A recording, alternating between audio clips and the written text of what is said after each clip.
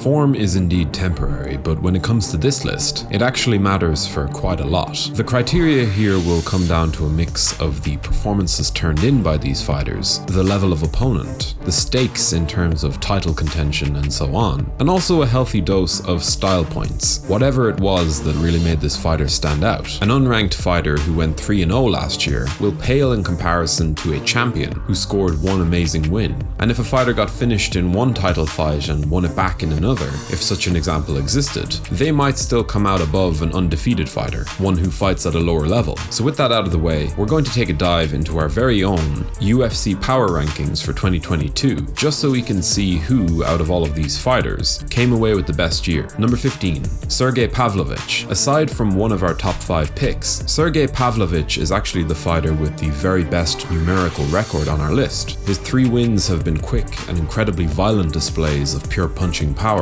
His initial victory over Shamil Abdurrahimov at 4 minutes of round 1 was all well and good, but to then score back-to-back sub-minute knockouts of Tai Tuivasa and Derek Lewis, 2 of the sport's most reliable brawlers, yeah, that's just another level of impressive, and a year worthy of sneaking this heavyweight contender into our top 15. Number 14, Marlon Vera. One of the most slept-on fighters in the UFC finally managed to have a major breakout year in the eyes of the MMA world. Marlon Vera, to those in the know, has always been seen as a real talent, but back-to-back victories over Rob Font and in particular Dominic Cruz didn't just show us why Chito Vera should be taken seriously as a top contender, but they also gave us a real insight into how he can use his game to beat some of the very best of the best at 135 pounds. That slow-burning, hard-nosed and eventually lethal game of his does look set to make him a real title threat this year. Number 13, Hamza Chimaev. You knew he would make an appearance here in one form or another. Last year was the year that finally saw Hamza Chimaev get the tests that he had been clamoring for since debuting in the UFC, and all things considered, he managed to make a pretty excellent account of himself, or at least he did in the cage. The UFC 279 weigh-in drama during fight week deprived him of the chance to take out a bona fide legend of the sport in Nate Diaz, but wins in an absolute thriller against Gilbert Burns and a total destruction of Kevin Holland are definitely worth celebrating. Number 12, Brandon Moreno. The former UFC flyweight champion Brandon Moreno may have gone an even 1-1 last year, but make no mistake, he remains one of the very best on the planet pound for pound. Moreno's highly competitive third fight with the champion Davison Figueredo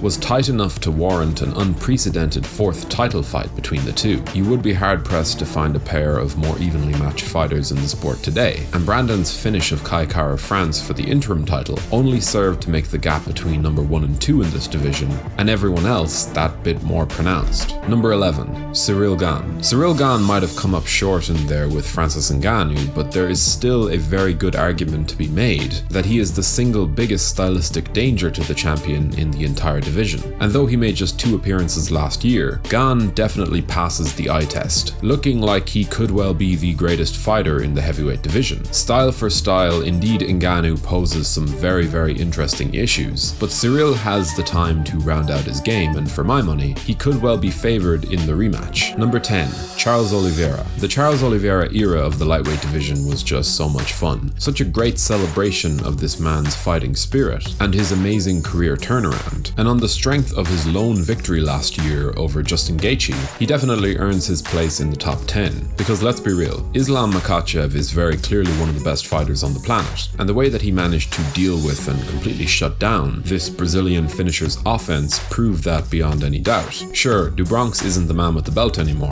but his legacy is already set in stone. Number 9, Aljamain Sterling. Aljamain Sterling is without question one of the most unlucky champions in recent memory, an underrated talent who hasn't exactly had the easiest of times in the public eye, both by his own doing and also with a bit of bad luck. 2022 saw him edge out the great Piotr Jan in a methodical but highly impressive and professional performance, and that is one seriously elite level victory in Aljo's back pocket, and there would have been an opportunity for him to carve out another if TJ Dillashaw hadn't wasted everyone's time with a totally uncompetitive fight due to his shoulder injury. Sterling, simply put, has the talent. He just desperately needs a stroke of luck in 2023. On a quick side note, if you're enjoying this content, be sure to subscribe to the channel now to stay up to date with all of our weekly uploads. Number 8. Davison Figueredo. It can be hard to look good against a fighter as talented as Brandon Moreno, but in 2022, the number 1 and number 2 within the flyweight division did just about as good a job as possible. Davison Figueredo is without question the hardest hitter in the 125-pound division right now, perhaps its hardest hitter ever, and though it might seem like a bit of a drag for the fans to set up 3 back-to-back-to-back title bouts involving him and Moreno, the fact that there is still a competitive appeal for this 4th fight tells you all you need to know about these two, and win, lose or draw, Davison Figueredo is the real deal. Number 7. Yuri Prohaska. The recently vacated light heavyweight title might have left UFC 282 without a new holder, but for most people, Yuri Prohaska remains the single best 205-pounder on the planet, or at the very least, he is the most electric and unmissable attraction the division has had in years, and though he fought just once last year,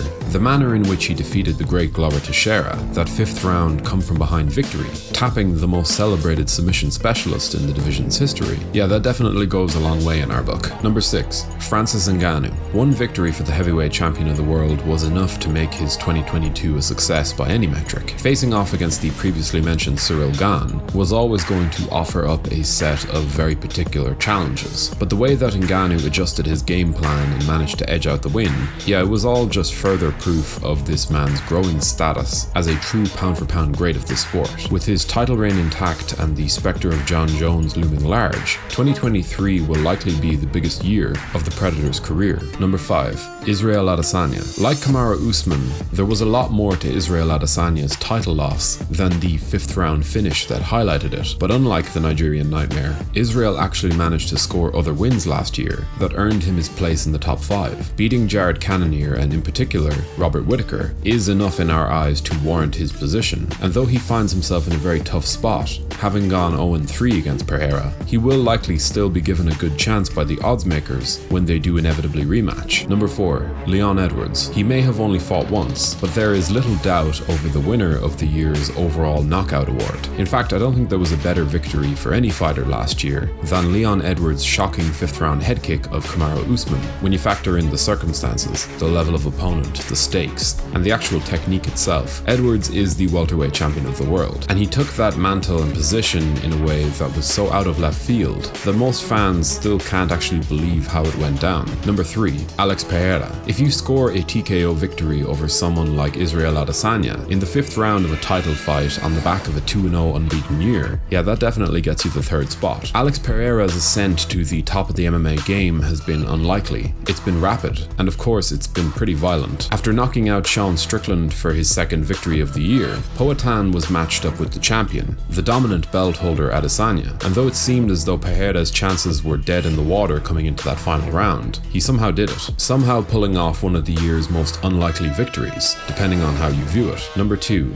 Islam Makhachev. Coming in for the 2nd spot is a man who had one hell of a year, the newly crowned lightweight champion and pound-for-pound number 2, Islam Makhachev. His one-sided destruction of Bobby Green on short notice was all well and good, but taking out another pound-for-pound great like Charles Oliveira in the manner that he did, with all of the marbles on the table, yeah, that's the type of result that definitely gets you a spot in the top 3. A stunning delivery on all of the promise and potential that most of us suspected he had, but until we saw it with our very eyes, we couldn't be too certain. Number 1.